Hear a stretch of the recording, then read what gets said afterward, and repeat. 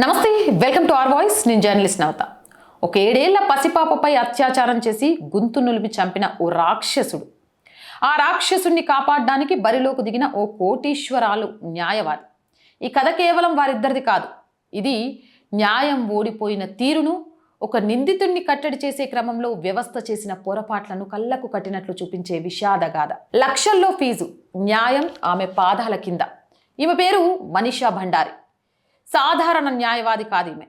Nainital high court, సుప్రీంకోర్టుల్లో ఆమె పేరు చెబితే చాలు పెద్ద పెద్ద నేరగాళ్ల గుండెలు ధైర్యంతో ఉబ్బుతాయి. ఎందుకంటే ఆమె ఒక కేసు వాదించాలంటే లక్షలు గుప్పెట్లో పెట్టాలి. కానీ ఆ డబ్బుకు ఆమె చేసే పని ఏమిటో తెలిస్తే ఒళ్ళు జలధరిస్తుంది. ఆ పని మనుషుల రూపంలో ఉన్న రాక్షసులను కాపాడటం. పసిపాప కలలు అగ్నిలో కలిసిపోయాయి. గుర్తుందా? పితోర్గఢ్ జిల్లాకు చెందిన 7 ఏళ్ల చిన్నారి. ఆమె తన కుటుంబంతో కలిసి బంధువుల పెళ్లికి హల్దియా వచ్చినప్పుడు 2014 నవంబర్ 20న అఖ్తర్ అలీ అనే ఓ రాక్షసుడు ఆమెను కిడ్నాప్ చేసి దారుణంగా అత్యాచారం చేసి హత్య చేశాడు. కింద కోర్టులో ఆ రాక్షసుడికి ఉరిశిక్ష విధించాయి. కానీ ఆ రాక్షసుని కాపాడడానికి మన మనీషా భండారి రంగంలోకి దిగింది. ఆమె కోర్టులో మాట్లాడిన మాటలు, వేసిన అబద్ధపు ముసుగులు చూసి న్యాయం కూడా తలదించుకుంది. చివరికి సుప్రీంకోర్టులో ఆమె వాదనల వల్ల అఖ్తర్ నిర్దోషిగా బయటపడ్డాడు. కోర్టులో మనీషా భండారి చెప్పిన కొన్ని వాదనలు వింటే ఆశ్చర్యంగా అనిపిస్తాయి. మొదటి ఆరోపణ, పోలీసులు బాధితురాలి కజిన్ నిఖిల్ చంద్రాను సరిగా విచారించలేదని ఆమె వాదించింది. ఎందుకంటే పాప శవం గురించి పోలీసులకు మొదట ఫోన్ చేసింది అతడేనని ఆమె వాదన. అంటే ఎవరైతే ముందు ఫోన్ చేశారో వాళ్ళనట సరిగ్గా విచారించలేదు.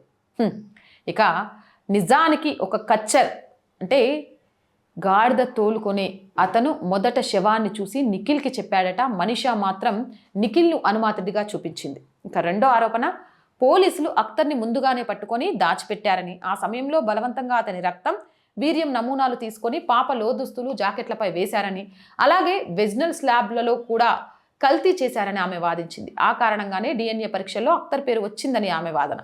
ఇక మూడోది, పోలీసులు అఖ్తర్ని లుధియానాలో పట్టుకున్నామని అబద్ధపు కథ సృష్టించారని, కానీ అతడు హల్ద్వానీ నుంచి అసలు పారిపోలేదని ఆమె కోర్టులో వాదించింది. నిటారీ కేసులోనూ ఇదే విజయం. ఈమె చరిత్ర ఇంతటితో ఆగలేదు. 2005లో నోయిడాలోని నిటారీ కేసు మీకు గుర్తుండే ఉంటుంది. 16 మంది పసిపిల్లల్ని దారుణంగా చంపి అత్యాచారం చేసిన సురేంద్ర కోలి, మోనిందర్ సింగ్ పాండేర్లను కూడా ఈమె ఉరిశిక్ష నుంచి కాపాడింది. ఇప్పుడు వారు స్వేచ్ఛగా బయట తిరుగుతున్నారు. ఈ అపజయం వెనుక నిజాలేంటంటే, అఖ్తర్ అలీ ఒక సాధారణ ట్రక్ డ్రైవర్. లక్షల ఫీజు తీసుకునే మనీషా భండారిని నియమించుకోవడానికి అతనికి అంత డబ్బు ఎక్కడి నుంచి వచ్చింది? దీని వెనక ఒక పెద్ద ముఠా ఉందని, ఆ ముఠా కోట్లు ఖర్చు చేసి రాక్షసుని కాపాడిందని అందరికీ తెలుసు. ఈ తీర్పు చూస్తే ఒక అనుమానం కలుగుతుంది. ఈ డబ్బు కేవలం మనీషా భండారి జేబుల్లోకి మాత్రమే వెళ్ళిందా, లేక అంతకు మించి జరిగిందా? న్యాయం అందమైందని అంటారు, కానీ ఈ కేసులో అది చెవిటిది మూగది అని కూడా అయి చచ్చిపోయిందని కొందరి వాదన. ఆ అమాయకుల ఆత్మలు మనల్ని నిత్యం వెంటాడుతూనే ఉంటాయి. అంతేకాదు, మనీషా భండారి గారు ముందు ఒక ఆడామె, పసిపిల్లల మీద అత్యాచారాలు చేసిన వాళ్ళని కాపాడుకుంటూ వచ్చారు అంటే ఆవిడ మనస్సాక్షి పైసలకి ఎలా అమ్ముడుపోయింది? చదువుకున్న చదువు పసిపిల్లల ఆత్మను క్షోభ పెట్టడానికి ఎందుకు కారణమైంది? ఒక దోషిని పైసల కోసం నిర్దోషిగా ఎలా నిరూపించగలిగింది? ఇదే గనక జరిగితే, ఇదే అయితే ఆడపిల్లల మీద జరిగిన అన్యాయాలకు ఎక్కడికి వెళ్ళాలి? కింద కోర్టులు తప్పు చేశాడు అని చెప్పి ఉరిశిక్ష విధిస్తే, చివరికి సుప్రీంకోర్టు, ఆ తర్వాత రాష్ట్రపతి భిక్ష అంటూ ప్రాణాలను తీసిన ప్రాయశ్చిత్తం లేకుండా చేస్తుంటే ఆడపిల్ల ప్రాణాలకు రక్షణ ఏది? మనీషా గారు, మీరు లాయర్ అనేది పక్కన పెట్టేస్తే ఒక ఆడపిల్ల కదా, మీకు నిజంగా ఆడపిల్ల ఆడకూతురు ఉందా? ఉంటే ఆడపిల్లల వేదన మీకు అర్థం కాలేదా? నాకు అసలు ఏం మాట్లాడాలో దీని గురించి తెలియదు. కానీ ఇలాంటి న్యాయవాదులు మారండి.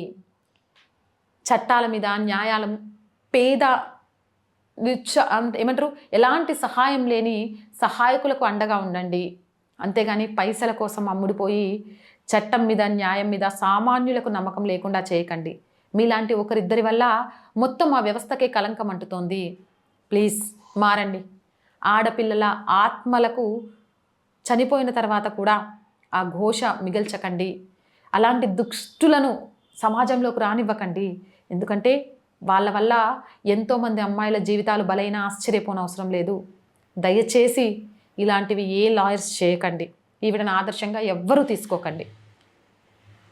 నేను చెప్పింది నిజమా కాదా? మీ అభిప్రాయం ఏంటో కామెంట్ సెక్షన్లో పెట్టేయండి. మోర్ వీడియోస్ కోసం ఆర్ వాయిస్ పొలిటికల్ రెండు మన ఛానల్సేనండి. So please subscribe our channels.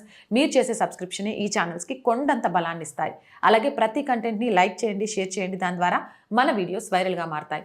కొంతకాలం ఆర్ వాయిస్ని ఆర్థికంగా చేయుతనందించి ముందుకు నడిపించాల్సిన బాధ్యత మీదే. ఒక్కొక్క అడుగుతో ముందుకు వెళ్తున్నా మీరందరూ మాకు సహకరిస్తారనే నమ్మకంతో. ఆర్థికంగా సపోర్ట్ చేయాలంటే సబ్స్క్రిప్షన్ పక్కనే జాయిన్ అనే బటన్ ఉంది. 1 to 5 లెవెల్స్ ఉన్నాయి. ఏదో ఒక లెవెల్లో సపోర్ట్ చేయండి. లేదా స్క్రీన్ మీద గూగుల్ పే, ఫోన్పేతో పాటు అకౌంట్ డీటెయిల్స్ ఉన్నాయి. మీకు తోచిన సహాయాన్ని అందించవచ్చు. వ్యాపార ప్రకటనల ద్వారా కూడా ఆర్ వాయిస్కి అండగా నిలవచ్చు. వ్యాపార ప్రకటనల కోసం 8328500576 నెంబర్ని సంప్రదించండి. జై హింద్, జై భారత్.